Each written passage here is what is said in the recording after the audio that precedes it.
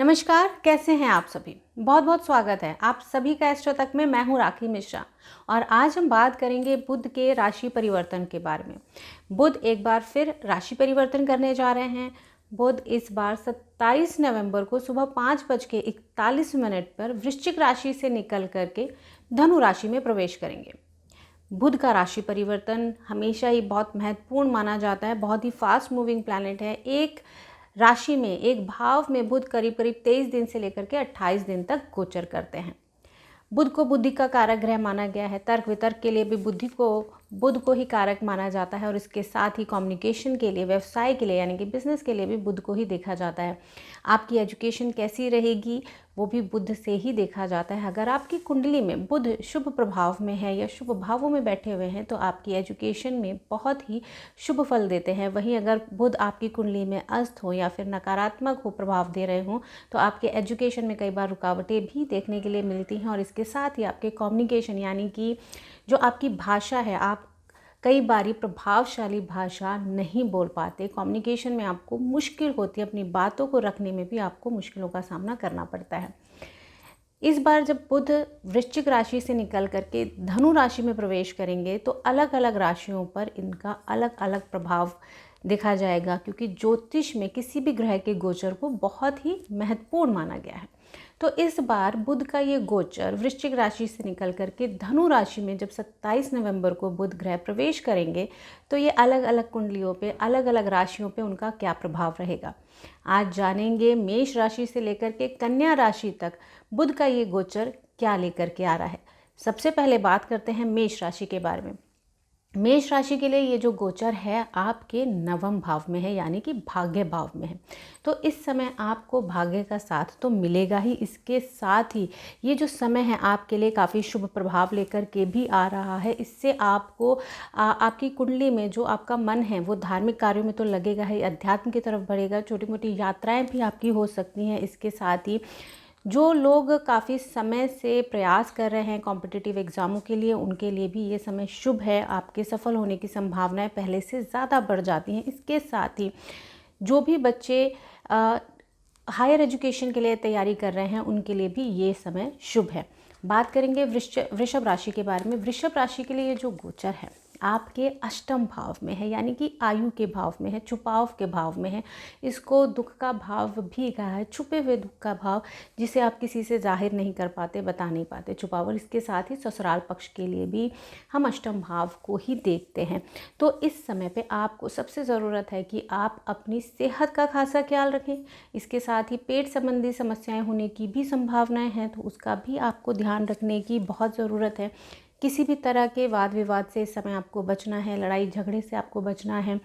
वहीं आपको इस बात का ख्याल भी रखना है कि आप कोई भी जो भी काम कर रहे हैं उसमें किसी भी तरह का विवाद ना हो। जो भी काम करें बहुत सोच समझ के, समझदारी से करने की ज़रूरत है, नहीं तो आपकी जो बातें हैं, जो काम हैं आपके, वो बिगड़ भी सकते हैं। तो ये समय आपको 27 नवंबर को जब बुध राशि परिवर्तन करेंगे तो बहुत ही सोच समझ के चलने का समय रहेगा आपके लिए। इसके साथ ही बात करेंगे मिथुन राशि के बारे में। मिथुन राशि के लिए ये जो गोचर है आपके सप्तम भाव में है, यानी हाउस ऑफ पार्टनरशिप में है। ये पार्टनरशिप पर्सनल हो या फिर प्रोफेशनल, दोनों को ही प्रभावित करेगी, लेकिन पॉजिटिव वे में प्रभावित करेगी। इस समय आप आपके कम्युनिकेशन, आपके काम में, अपने पर्सनल रिलेशनशिप में बेहतर कम्युनिकेट कर पाएंगे। जहाँ पिछले कुछ समय से आपको बहुत मुश्किलें हो रही थी कि आप कैसे अपनी बातों को सामने रखें, कैसे अपने रिलेशनशिप्स को अच्छा करें, चाहे वो पर्सनल हो या प्रोफेशनल। अब वो समय है कि जब आपकी भाषा, आपकी कार्यशैली से आप दूसरों को प्रभावित करेंगे और जो प्रॉब्लम्स आपके लाइफ में चली आ रही थी काफ़ी समय से, उसको भी दूर करने के लिए आप पूरी तरीके से प्रयासरत रहेंगे। इसके साथ ही अब हम बात करेंगे कर्क राशि के बारे में। कर्क राशि के लिए ये जो गोचर है आपके छठे भाव में है, यानी रोग ऋण और शत्रु के भाव में है। तो इस समय पे आपको अपनी सेहत का ख्याल तो रखना ही है। इसके साथ ही अनजाने खर्चों से भी आपको बचना है। कहीं ऐसा ना हो खर्चों के कारण आप ज़्यादा परेशान हो जाएं। और इसके साथ ही कोर्ट कचहरी के किसी भी मामले से आपको बचने की ज़रूरत है। अननेसेसरी का कोई कोर्ट केस या किसी भी आप ऐसी चीज़ों में ना फंसें, कोशिश करें कि किसी भी तरह का कोर्ट कचहरी का मामला आपके सामने ना आए, इसमें आप ना फंसें, नहीं तो ये लंबे समय तक जा सकता है। तो इस समय आपको किसी भी तरह के वाद विवाद, लड़ाई झगड़े से आपको बचना है और उसको कोर्ट कचहरी तक तो ले जाने से आपको पहले ही आप कोशिश करें कि आपके जो प्रॉब्लम्स हैं वो आपसी मेल जोल से, आपसी बातचीत से सुलझ जाएँ, तो वो ज़्यादा बेहतर है। बात करेंगे सिंह राशि के बारे में। सिंह राशि के लिए ये जो गोचर है आपके पंचम भाव में है। इसे एजुकेशन का भाव भी कहा जाता है, लव रिलेशनशिप के लिए भी देखा जाता है और इसके साथ ही अपनी संतति यानी कि संतान के लिए भी पंचम भाव को बहुत ही महत्वपूर्ण माना गया है।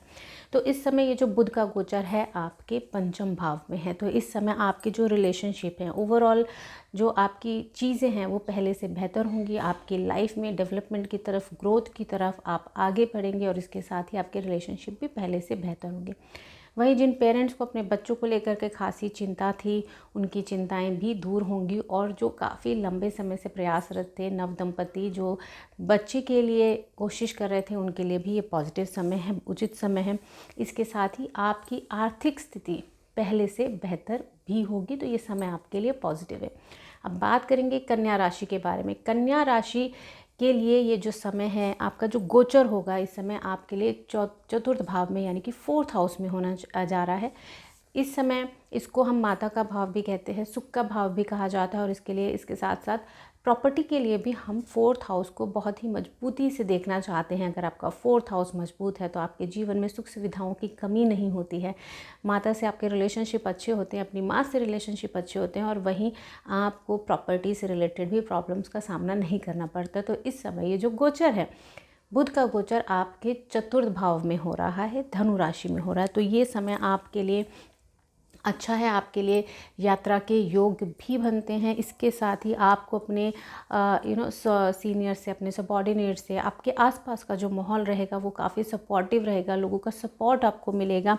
वहीं आप अगर रियल एस्टेट से भी जुड़े हुए हैं तो इस समय पे आपको काफ़ी शुभ परिणाम मिलने की संभावनाएं बनती हैं और करियर के लिए भी ये जो समय है आपके लिए काफ़ी पॉजिटिव समय है। तो ऐसी ही जानकारी के लिए आप सभी देखते रहिए एस्ट्रो तक।